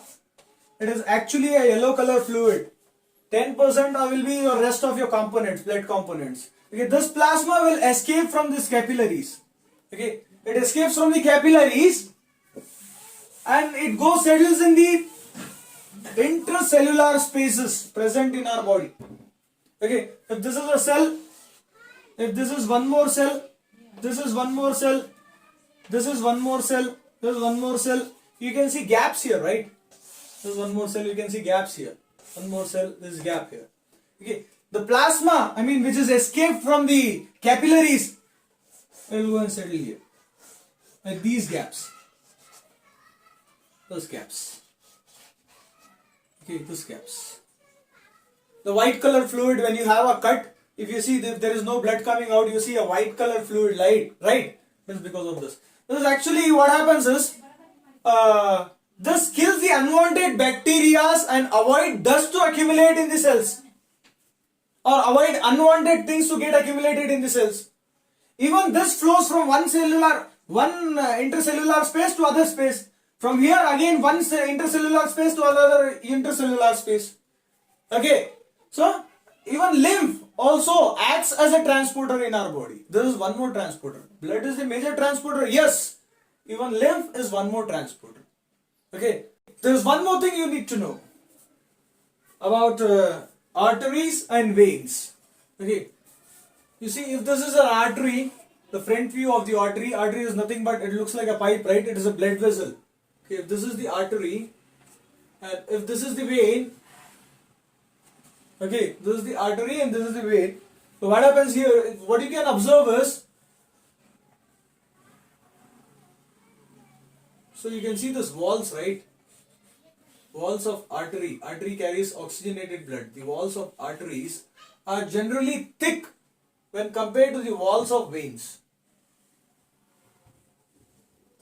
Okay, you see the walls of veins, they are comparatively thin when compared to arteries. So here in arteries you have thick walls and veins you have thin walls, and arteries are more elastic than veins. Why is this? Any idea? I'll tell you why is this. See, this chamber, which is the left ventricle, pumps the oxygenated blood, okay, to aorta, right? When it pumps the oxygenated blood, this is carrying oxygen, so it becomes artery, right? This is an artery now. It is carrying oxygenated blood. So when it pumps the oxygenated blood, okay, there is a huge pressure which is exerted on the walls of the veins. Not only this vein, on all the veins of your body. Because the blood which is flowing through your veins is at much faster pace when compared to the blood which is flowing through your arteries. That is the reason, veins. That is the reason the walls of the arteries are thick and elastic when compared to your veins. Understood? Okay. And this pressure which is exerted on the walls of the arteries is nothing but your blood pressure. The BP which you say. BP, blood pressure. You got it? What is blood pressure? It is the pressure exerted on the walls of arteries. It is the pressure exerted by the blood on the walls of arteries. Blood pressure. Clear? So, there is a device which is used to measure blood pressure. It is called as sphygmomanometer. I'll write it here. I'll erase this part. Sphygmomanometer.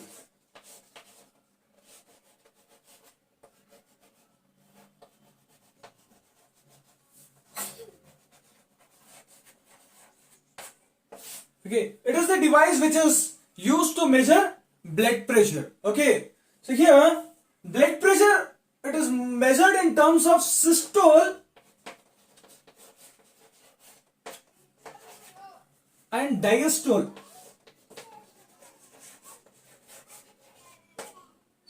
What is the systole and diastole? It's diastole, sir. Systole is nothing but the pressure which is calculated when the heart is contracted. When the heart is contracted, the pressure is more. The flow of blood is more, right? So the more pressure is exerted on the walls of arteries here. So that is systolic pressure, which is generally 120. Okay. So diastole, when the heart relaxes, when the heart expands, so then the pressure exerted on the walls of this arteries will be less, right? So it will be somewhere around 80. Pressure will be somewhere around 80. So here, generally, if you write pressure of a heart, if you write a BP, blood pressure of a heart, you can write it as 120 by 80, which means 120 systole and 80 is your diastolic pressure. This is the standard blood pressure of every human body. Okay, so 120 is your systolic pressure when the heart is being compressed or when the heart is being contracted, and diastolic is the blood pressure measured when the heart is relaxed, okay, and when the heart is expanded. Okay, here when it is contracted, there is more pressure, which is 120. When it is relaxed, the pressure decreases to 80. So this is the standard blood pressure, 120 by 80. This is about the circulation, and this is about the heart pumping function, and this is about transportation in humans. As I said you, now we'll look into plants, transportation in plants. Okay. Yes, transportation in plants. Transportation in plants, probably you are studying it from many classes, probably from your 6th, 7th, 8th, 9th, and here in Sslc, in your 10th class as well. So in plants you have two types of specialized vessels which carry transportation. Okay. One is your xylem, which carries water, okay, and the other one is your phloem. And these phloem vessels carry your food particles, food and other particles, food, mineral, etc. Okay, so this transport of water happens from root to other parts of the body, right? That means it travels from the bottom to the top. For example, let's imagine this is a plant. This is a stem of the plant, and these are the roots. These are the roots. What happens here is, okay, by osmosis, by the process of osmosis, water present here, H2O, present here, okay, travels through this root and reaches the stem, and from the stem it reaches the branches, leaves, or wherever required. Okay, so basically water travels from lower part to upper part. It is a unidirectional flow. Okay, it travels from bottom part of the body, from down, and it travels towards up to the top upper part of the body. Okay, so here this happens due to many reasons, among which the first reason, okay, is creation a vacancy over here. Okay, so here, suppose this is a stomata, right? For example, this is stomata. The stomata comes something like this, right?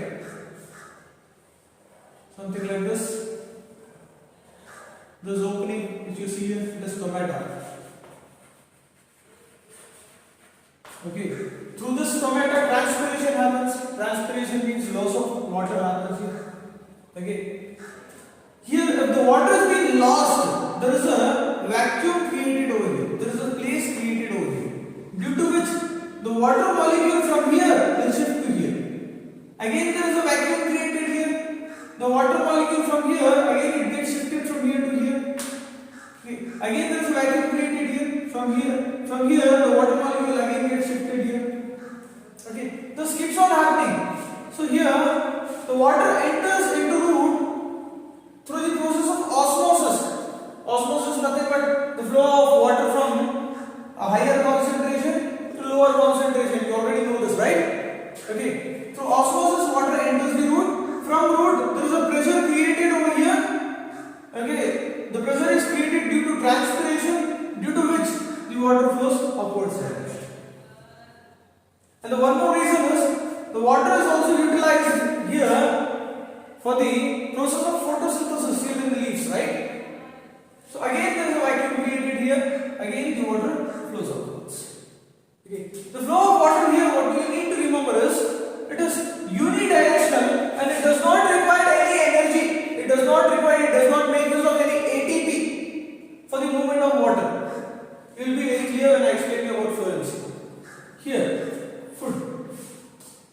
The transport of water does not require ATP acid, right? But the transport of food requires ATP. So here what happens is, for example, this is a plant, green part of the plant, which is the leaf. Here, photosynthesis are taking place. There is food glucose created here. When glucose formed, C6H12O6 is formed. Okay. This glucose is transported from the leaf to the stem by spending ATP. By spending what? ATP. Adenosine triphosphate, energy currency of life. I have already explained this to you. Okay. By spending energy, the glucose is transported from the leaves to the stems. Okay, here. Once the food is being transported here from the leaves to the stem, okay, the concentration level of food increases only at this particular point. All those dots which I am drawing here, let's imagine these are the food particles. You can see the concentration is being increased over here.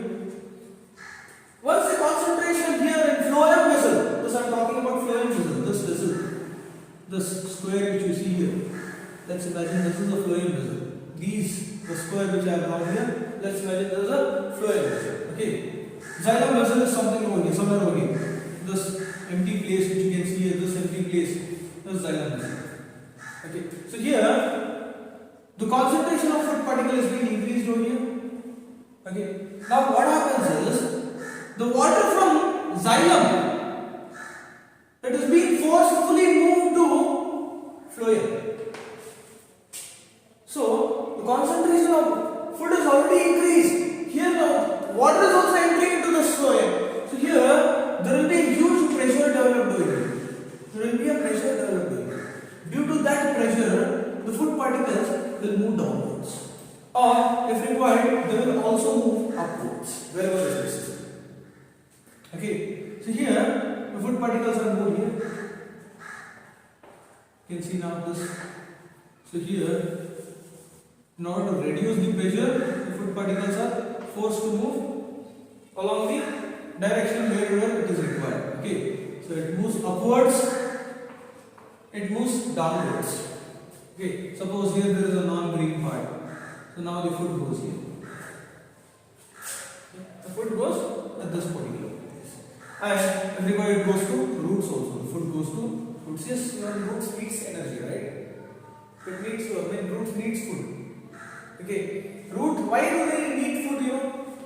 They need to have energy. They need energy to absorb minerals from here. They are minerals. Okay, NH3. Okay,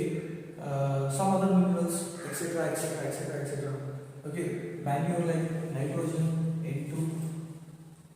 Okay, in order to absorb these kind of minerals, what root requires? It requires energy. So here, one more interesting thing.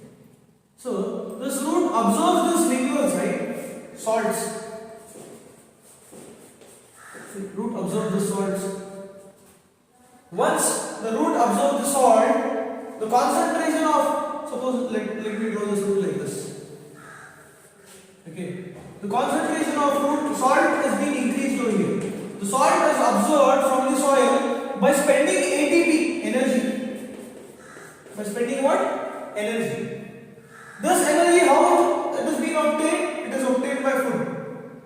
Okay, that is the reason roots need food. Okay, so by spending ATP, what is absorbed? Salt and other minerals is being absorbed. So here, the concentration of salt and other minerals is being increased. Therefore, the concentration of water is being decreased. Getting my point? Okay. Once the concentration of water is being decreased, what happens? There is more water here when compared to roots. There is more water in the surroundings, in the soil. Okay, when compared to roots. Therefore, the water automatically moves inside through the process of osmosis. That's it. So here, one more thing. You need to remember the differences between xylem and fluid. Okay, so here, water is being transported only in one direction, that is upward direction.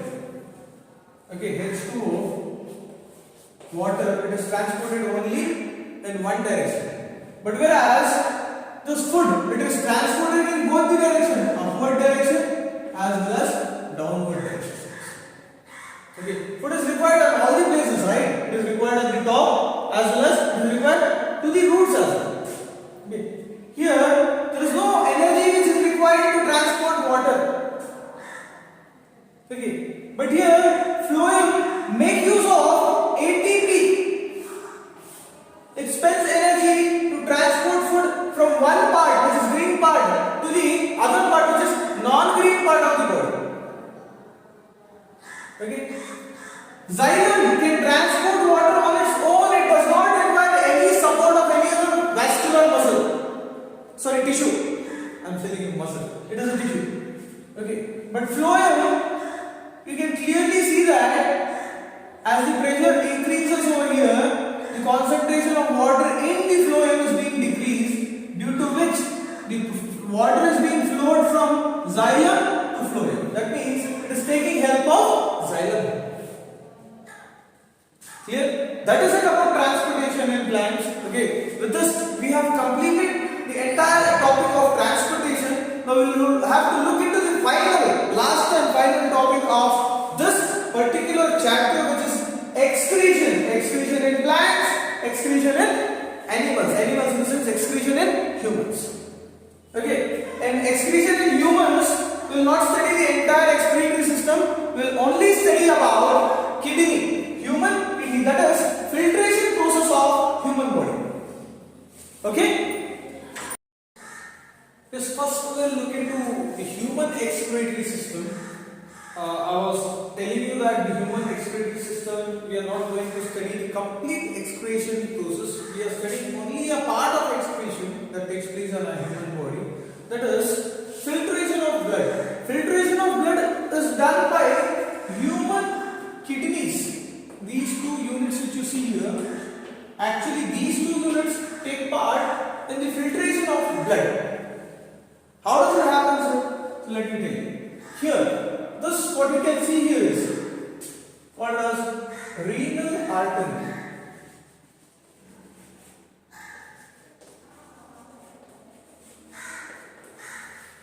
Okay, these are renal arteries.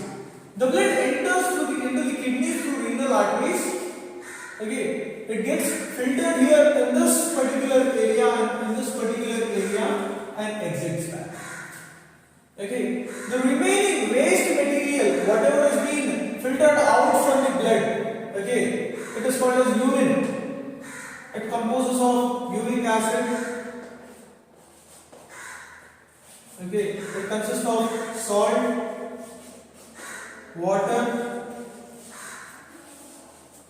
water and ammonia, NH3. Okay. So the left out, these are the left out products which are being filtered out from the blood. Okay.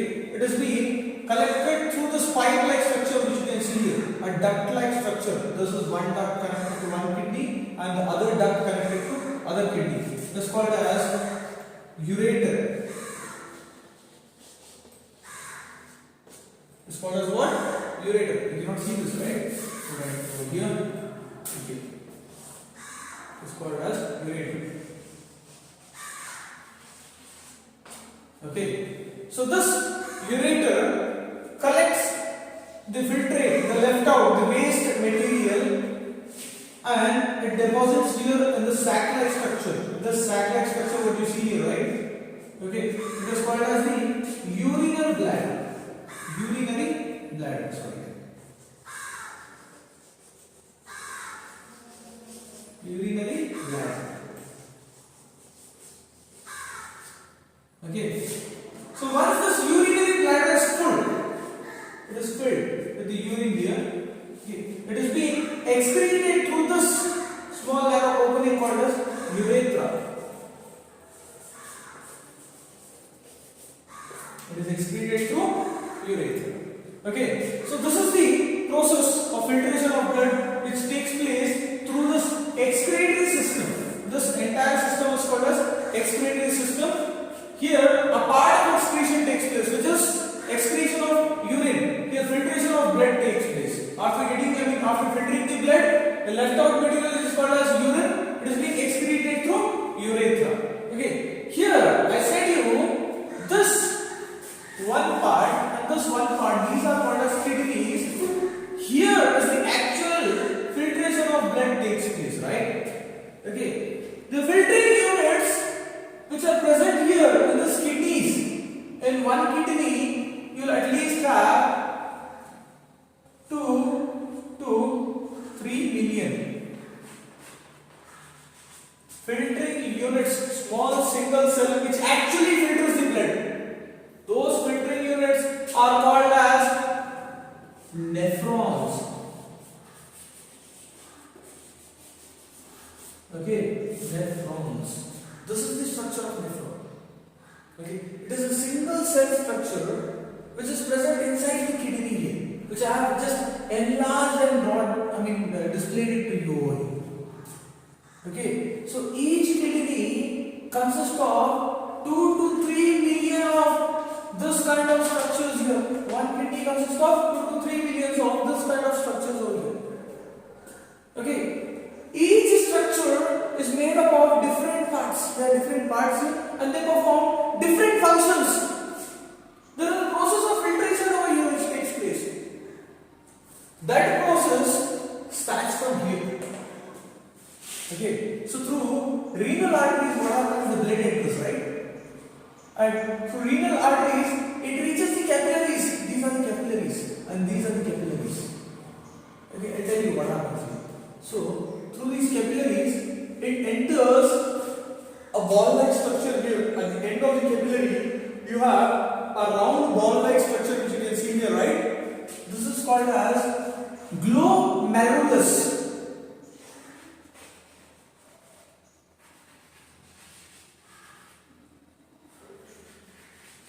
This is called as glomerulus. This glomerulus which you can see here, there are small lines here, right?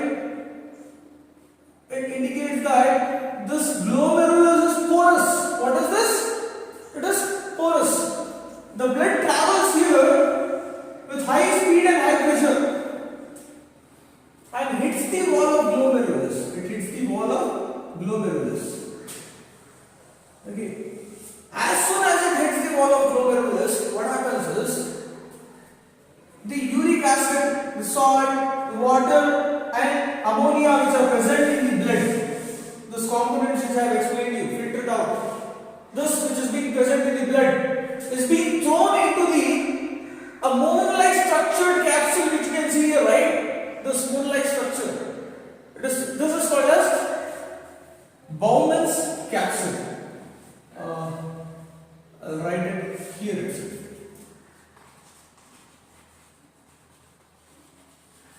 Bowman's capsule.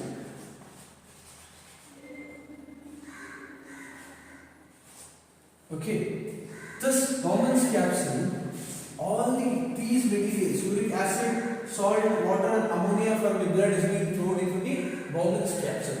Along with these materials, there is one more material which is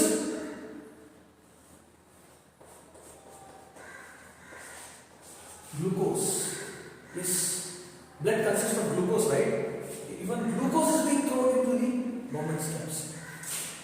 See, if you can carefully observe, glucose is a very important component for us.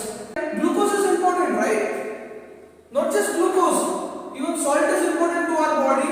Water is also very important to our body, right?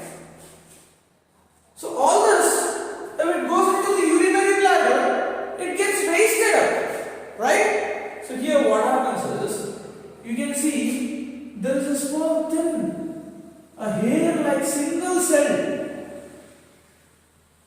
thread-like single cell will be capillary coming out from this. What is this? Glomerulus, right? This hair-like capillary, thread-like capillary, what it does is, it absorbs back the glucose, absorbs back the amount of salt which is required to the body, and it absorbs back the water which is required to our body. Okay? And this particular process of absorbing back the glucose, salt and water from the nephron, from the nephron, okay, with the help of capillaries, is called as selective reabsorption. What is it called? It's called as selective reabsorption. So here what takes place? Selective reabsorption of glucose, salt and water takes place. And this selective reabsorption majorly happens at this particular point, this U-shaped one, which you can see here, this U-shape. This U-structured tube is called as Henle's loop. Henle's loop. Okay. This reabsorption majorly takes place in the entire nephron, but it majorly happens here in this Henle's loop. Once the selective absorption is being done, the remaining uric acid, the remaining salt and remaining water, glucose is completely being absorbed, okay, and the amount of salt which is required to the body, only that much is being absorbed, and the amount of water which is required to the body, only that much is being absorbed. Okay, rest salt and water, it is being let off. Okay, so this which is left off now, uric acid, salt is left off, water is left off and ammonia is left off. Okay, it gets collected in main duct. This is called as main duct. Okay, this openings which you see here, right? Here, other nephrons like this will be connected over here. The main pipe, main collecting duct, main collecting pipe of the urine. Okay, once the blood is being filtered, the leftover thing is being collected in main duct. Through main duct, it travels to ureter. From main duct, it travels to ureter. From ureter, the urine is being collected in urinary bladder. Once the urinary bladder is filled, it is being excreted out through urethra. That's it. There is nothing much about excretion, human excretion. It's very simple, guys. You have to remember this, the drawing and the working process of both kidney as well as nephron. The diagrams are very important. You need to remember, you need to practice the diagrams 1 or 2 times. Okay. So, this is about the excretion in humans. Now, see, there's one more topic which I need to explain about excretion in humans. Okay, this functioning unit of kidneys do not function properly. That means if nephrons do not function properly, so the patient have to undergo dialysis. Okay, what he'll have to undergo? He'll have to undergo dialysis. Have you ever heard about dialysis? Dialysis is nothing but there will be a small, I'll rub this part, okay. There will be a small box like structure like this. Not small, it will be a big box like structure in which there will be a set of pipes like this. Okay. It will be like this. So here what happens is, okay, the blood. So since these nephrons are not working, right? That means the kidneys are not working. The kidneys are no more functional. So you need to filter the blood. Without blood purification, how can a human survive? So here, since both the kidneys are damaged now, the blood is taken out from the body and it is made to pass through this equipment, through these pipes. Here what happens is, as the blood passes through the pipe, okay, the filtration happens. Okay, so water, minerals and salts and ammonia and uric acid, whatever is being present in the blood, it is being removed out by the help of this device. Okay, so here once the blood is being passed here, the blood goes here like this, like this. There is no selective reabsorption here.